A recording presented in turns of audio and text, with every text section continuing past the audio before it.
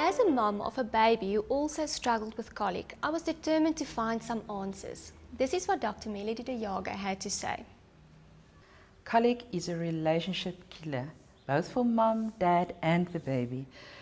It is so hard for a baby to learn to feed itself because in utero there was an online food supply. So the moment a baby is born, and sometimes if a baby missed out on contractions during the birth process, they experience touch as threatening and not as soothing.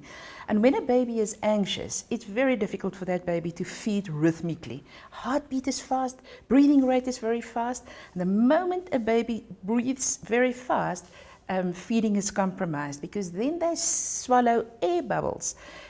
Because they breathe while they're sucking instead of suck, swallow, breathe, maintaining a rhythm and not sucking while they are breathing. So there's a cranial nerve, the 10th cranial nerve runs from the brain and it goes to the mouth, the heart and the lungs and the intestines.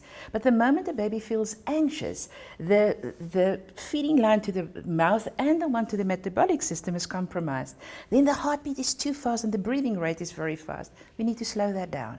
And you can use 2 fingers to tap rhythmically on your baby's chest to simulate a pacemaker, to soothe that little heart, because the moment you feel soothed, your heart automatically beats much slower, because then there's not an air bubble with milk on top of an air bubble, which often gives not only rise to colic, but also to projectile vomiting. Mom and Dad, feeding doesn't have to be a nightmare. You can do this. We just need to relax your baby and you.